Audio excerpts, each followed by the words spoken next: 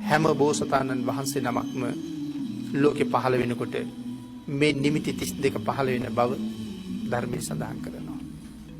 ඒ නිමිති ධර්මයේ විශේෂයෙන් සිහිපත් කරලා තියෙනවා. නමුත් අද බහුලව අහන්න ලැබෙන්නේ නැත්තේ මිනිස්සුන්ගේ ශ්‍රද්ධාව මදි ඒ කරුණු පිළිගන්නේ නැහැ.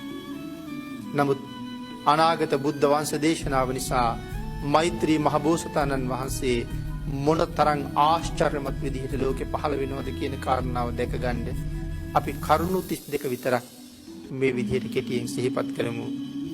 විශේෂයෙන් බෝසතාණන් වහන්සේ මව් කුසෙන් බිහි වෙන්න ආසන්න වෙනකොට තව මොහොතයි බිහි වෙන්න මේ මහ පොළොව විශේෂයෙන් කම්පා වෙනවා කියලා සඳහන් කරනවා.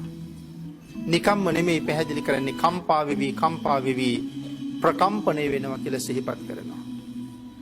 තව මොහොතින් මහ පොළොවට පය තියෙන මේ මහා පුරුෂෝත්තමයන්න් වහන්සේ දරන්න මහ පොළොවට ශක්තිය මදි නිසා මහ පොළොව කම්පා වෙන්න පටන් ගන්නවා. ඒක තමයි පළවෙනි කාරණාව. දෙවෙනි කාරණාව හැටියට 10000ක් සක්වල පුරා සුවිශේෂී ආලෝකයක් පැතිරලා යනවා. ඒ විශේෂ නිමිති 32කින් තව කරුණක්. තුන්වෙනි කාරණාව හැටියට ಜಾති අන්ධයෝ ඇස් ලබනවා. උපතින් අන්ධ වෙලා ඉන්න අය මහ බෝසතාණන් වහන්සේ උපදින්න ඔන්න මෙන්න කියන කාලේ උපදිනවත් එක්කම ඇස් දෙක ලබනවා. ඒගොල්ලන්ට අය කවදාවත් ඇස් නැති වෙන්නේ නැහැ. ಜಾති බිහිරෝ කන් ලබනවා. අන්ධයන්ට ඇස් ලැබෙනවා. බිහිරන්ට කන් ලැබෙනවා. ගොළුවන්ට කතා කරන්න පුළුවන් වෙනවා. මේක සුවිශේෂී කාරණාවක්. කුදු වෙලා ඉන්න අයගේ කුදු බව නැතුව යනවා. කොර වෙලා ඉන්න අයගේ කොර බව නැතුව යනවා. බැඳලා ඉන්න සියලුම සත්‍යයන්ගේ බන්ධන ලෙහෙනවා කියලා සඳහන් කරනවා. අට මහ නිරේ සියලුම ගිනි නිවෙනවා කියලා පින්නතුනි සඳහන් කරනවා. ඔසුපත් නිරයන් ප්‍රධාන කරගත්ත 136ක් සියලුම නිරයන්ගේ ගින්දර නිවෙනවා. නිරිසතුන්ට පවා අපමණ සුවයක් උදා කරලයි මහ බෝසතාණන් වහන්සේ මනුලව උප්පත්තිය ලබන්නේ. සඳහන් කරනවා പ്രേත ලෝකේ പ്രേතයන්ගේ බුද්ධාන්තර ගණන් බඩගින්න හිටපු പ്രേතයන්ගේ බඩවල් පිරෙනවා කියලා. පිපාසාව සංසිඳෙනවා කියලා මේ මොහොත වෙනකොට. ඒ තරම්ම ලෝකයට මහත් වූ මංගල්‍යයක්. තිරිසන් සත්තුන්ගේ බය නැතුව යනවා කියලා සඳහන් කරනවා. සාමාන්‍යයෙන් මැඩියෙක් ණයෙකුට දක්වන්නේ ලොකු බයක්. නමුත් මේ වෙලාවේ මැඩියෝ ගිහිල්ලා මහ නාගයන්ගේ පෙන ගොබේ යට සෙල්ලම් කරනවා කියලා සඳහන් කරනවා. ණයි මුගටි එකට හවුල් වෙලා එකතු වෙලා ඉන්නවා කියලා සඳහන් කරනවා. මෝ කොටියෝ සිංහයෝ ඔවුන් එකිනෙකා සතුටින් ක්‍රීඩා කරනවා කියලා සඳහන් කරනවා. තිරිසංගත සත්වයන්ගේ බය හාත්පසින්ම නැතුව යනවා. සියලු සතුන්ගේ රෝග සුවපත් වෙනවා කියලා සඳහන් කරනවා.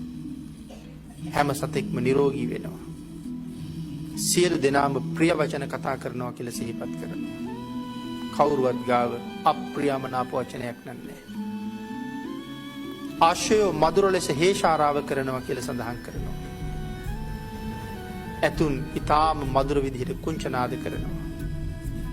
මේ සක්වලේ විතරක් නෙමෙයි 10000ක් සක්වලක සිදුවෙන අසිරියක් ගැන මේ සඳහන් කරනවා. සියලුම තූර්ය භාණ්ඩ ඉබේ වාදනය වෙන්න පටන් ගන්නවා. මනුස්ස ලෝකේ තියෙන තූර්ය භාණ්ඩ අපි වාදනය කරන්න ඉපේ. නමුත් මේ මොහොතේ ඒ තූර්ය භාණ්ඩය ඉබේම තමන්ම වාදනය වෙන්න පටන් ගන්නවා. එදාට තමයි ඒ භාණ්ඩේ නියම හඬ අහන්න පුළුවන් වෙන්නේ. අද වාදනය කරන්නේ අපිට ඕන හැටියට. එදාට වාදනය වෙන්නේ ඒ භාණ්ඩේ තමන්ට ඕන හැටියට. ඒක තමයි තමන්ගේ නියම හඬ.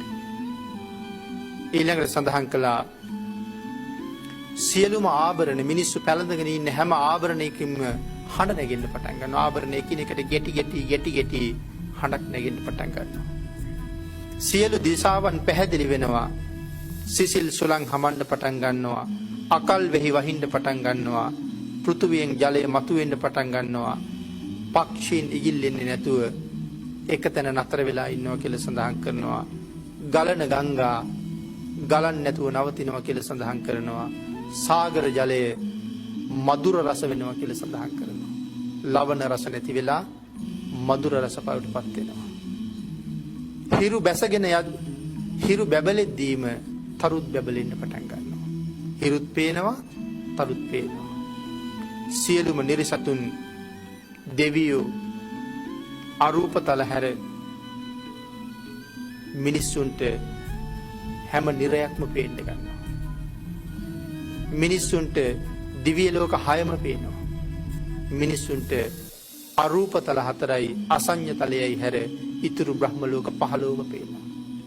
එහෙම අපූර්ව මොහොතක් උදා වෙනවා. සිව් දිසාවේම ගස්ගල් පඳුරු ආවරණ කරන්න නැතුව යනවා කිසිම දෙයක්. මිනිස්සු බැලූ අතේ ඕන තරම් ඈත පේනවා. අර ගල නිසා පේන්නේ නැහැ, මේ ගහ නිසා පේන්නේ නැහැ, අර පඳුරු නිසා පේන්නේ නැහැ කියලා ආවරණයක් නැහැ. බැලූ හාත්පස බලන පැත්තේ බාධාවක් නැතුව පේන්න පටන් ගන්නවා. සත්වයන්ගේ සියලුම දෙනාගේ චුති උප්පත්ති නවතිනවා. කිසිම සතෙක් මැරෙන්නෙත් නැහැ, කවුරුවත් අලුතෙන් උපදින්නෙත් නැහැ. දිව්‍යමය සුවඳ 10000ක් සක්වල පුරාම පැතිරෙනවා. මේ මහ පොළොව පලාගෙන නෙළුම් පිපෙන්න පටන් ගන්නවා. පියවර 7ක් වෙනුවෙන් මල් 7ක් පිපුණ නෙවෙයි, 10000ක් සක්වල සම්පූර්ණයෙන්ම නෙළුම් මලින් පිරීලා ඉතිරිලා යනවා කියලා සඳහන් කරන්නේ. මහ කළුගල් පලාගෙන දණ්ඩ පදුම කියන නෙළුම් පිපෙනවා කියලා සඳහන් කරනවා. පස් කඳු පලාගෙන නෙළුම් පිපෙනවා. මහ පොළොවේ වැලි ඇටයක් තනකොළ කෙන්දක් පේන්නේ නැතුව තනිකරම අතුරු සිදුරු නැතුව නෙළුම් පිපෙන්න පටන් ගන්නවා.